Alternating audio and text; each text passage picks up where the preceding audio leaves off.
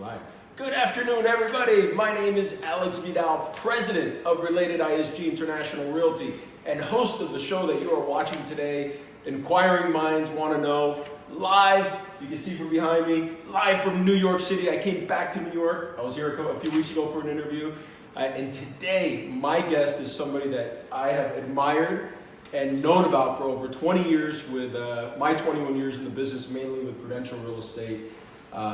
Dottie Herman, CEO of Douglas Elliman nationally, 7,000 plus agents, and Forbes has named Dottie, I did my research, Forbes has named Dottie the richest self-made woman in real estate, and you're going to hear why today over the next 10 to 15 minutes. So stick around. If you love what you see, like it, love it, most importantly, share it, because Dottie is the American success story.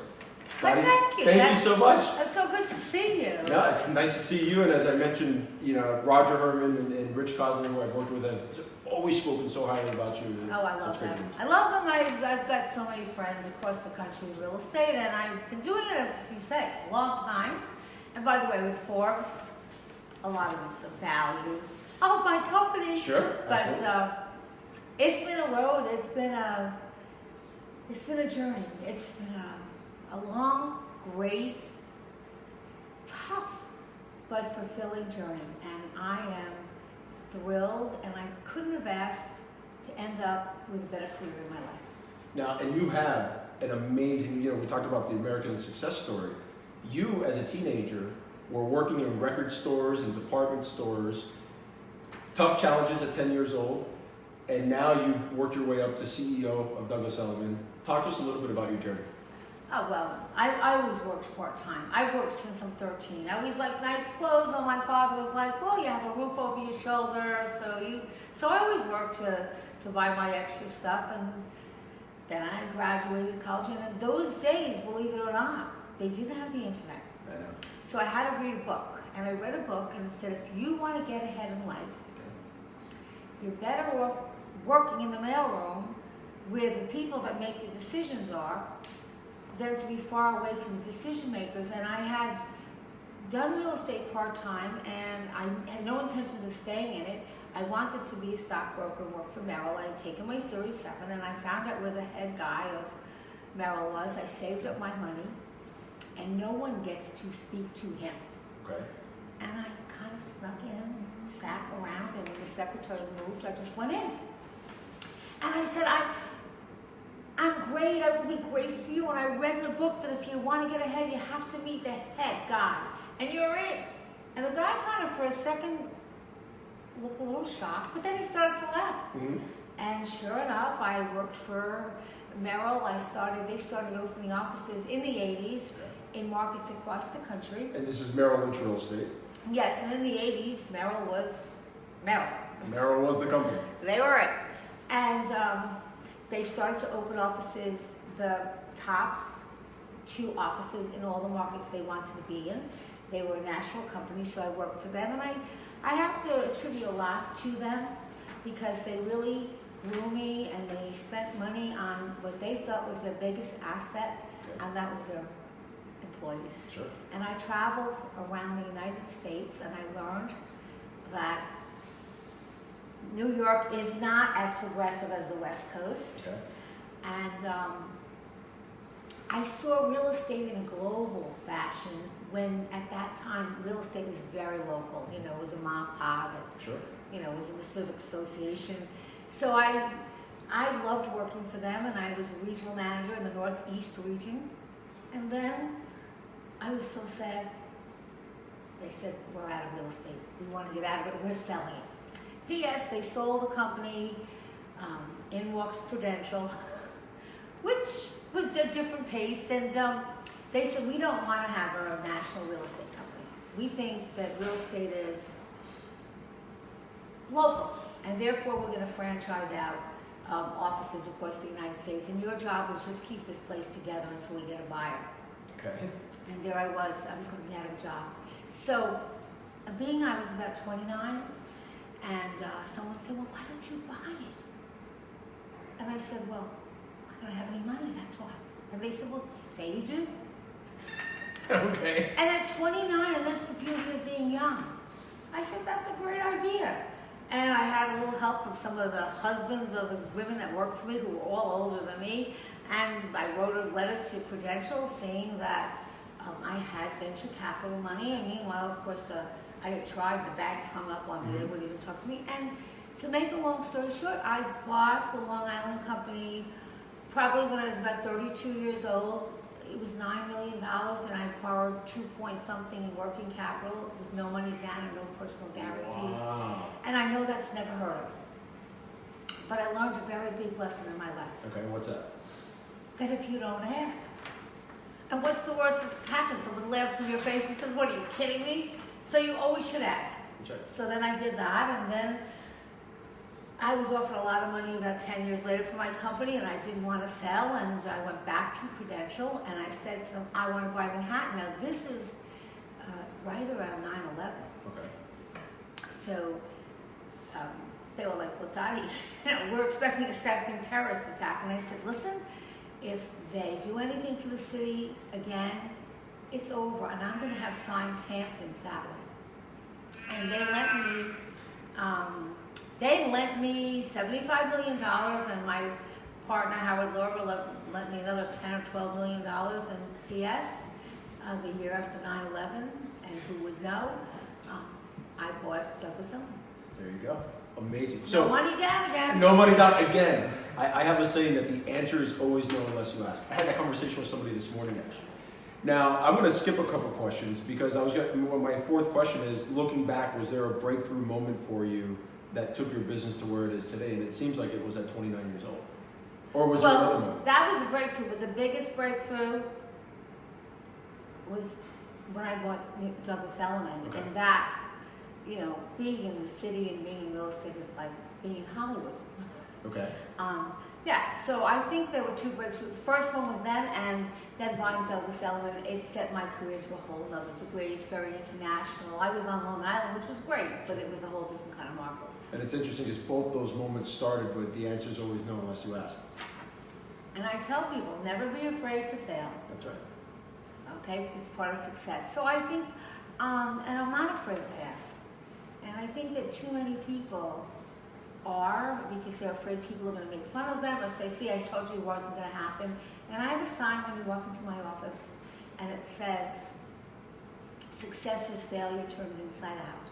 And if you're afraid to fail, you'll never succeed, because no one who succeeded didn't fail, no matter what profession they're in. Wow. You just see them when they're at this place, and you don't look at all the times they had to pick themselves up, wipe themselves off, cry a little bit, and move on. I'll tell you, I've been doing this interview series for about 4 months, and I've interviewed some people that are worth a lot of money. And that's the most common denominator. They just were not afraid to fail. So Dottie, being named America's richest self-made woman in real estate, you're writing a book, you're launching a podcast that aimed towards women at 50 plus, you're venturing into coaching and speaking and television. What's that motivation to kick it into even higher gear now? I think I would die if I didn't do this. I'm very creative, and I'm a visionary, and of course I love Douglas Elliman. I built Douglas Elliman, but it's at a point now where I have enough people that can take the day-to-day stuff, Sure. and I like creating stuff.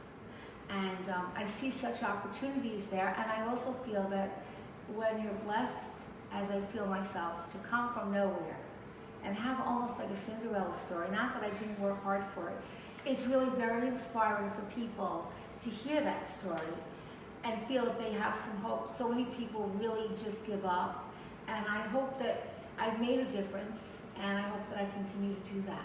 I love it. That's also something that I've seen in the common denominator. It's never really been about the money. There's a greater passion, and the money just happens to be that even that third thing on the list. That's so true. I mean, I never looked at the money, and so many years I made no money. It was all going back into the company. I remember running to the bank, putting money in and saying, don't cash your checks yet, get them out. So no, I did it out of passion, and so I tell entrepreneurs and people, the first thing you have to do is be passionate. If you don't love what you do, you're never going to be great at it. Sure. And then don't hang around all the people that will tell you how you can't. I try to stay around positive people. I don't want to hear all the people that tell me how I can't. Misery loves company, so stay away from the misery. That's. I don't even think it's misery. I don't think their intentions are bad. I just think that they're safe, and when you're thinking out of the box, people want to say, do this, that. But I think that whenever there's an obstacle in your way, you just figure out a way around it. And you hear a lot too that a lot of times the people that are telling you that you can't do it, you either failed themselves and never got back up, or just never even tried, and they're trying to validate it in their own head, telling you that you can't do it. Now, what I have learned is that everybody that's in a position of your stature, your success level, that they have systems in place to stay motivated and to stay positive, to absorb the gut checks as you go along. What systems do you have in place? Well, I don't know if I have an exact system, but what I do, I can tell you this. The day that I stop growing, and I tell everyone that has worked for me or part of my company, the day that I stop growing and learning is the day that I will take my hat and walk out. I learn every day, and I learn from so many different people, and I don't only learn from the real estate business. I just met a woman who did 52 patents for artificial intelligence. 52 patents? Yes, okay. And she's a genius. And I meet with her all the time. I just pick her brain because when I was much younger, my boss would say, "How much are you going to make this year for me?" And I'm like, "Well, what do you need me to say?" "Just tell me and I'll say that number." And he said, "No, listen, you earn what you think." Okay. You earn what you think. Okay, so if you want to earn more, you have to think differently. So I always try to expose myself to people who are at different levels, who do different things, who have different businesses, and that keeps me growing. Growing really is very important to me. Sure. There's a saying, if you're not growing, you're dying. No. Right? No such thing as saying the same. Saying the same, you go back. Yeah. What do they say? There's a playbook full of different sayings. The only thing that changed. What is it? Something about the only thing that if you avoid change, you're changing regardless. I can't remember the exact phrase right now. Or the only constant is change. Now, as CEO of over 7,000 realtors, and I think the number one agent in the country actually works for Douglas Elliman, Frederick. And I hired him. Did you? Yes. You know, we got to get him on the show. Dottie, you have to help me get Frederick on the show. He will owe me that. I will get him on the show. You got to tell him. I'm saying it on air. Pinky promise. On air. All right, Frederick, I'm coming for you. I got his competition, Ryan Searhan, on the show. We got to get Frederick on the show. What are the common denominators that you see? What are the top 2 or 3 common denominators that you see among the top producers in the industry? Well, as I said, first of all, they're passionate. Okay. They're passionate, they're hard workers, they're visionaries, and they really grow and look at all different opportunities. And really what they're doing in our business is building a business within a business. So besides for knowing real estate, you have to know how to build businesses. Interesting. And they live, eat, and breathe it. I don't know of any of us who pass time management classes.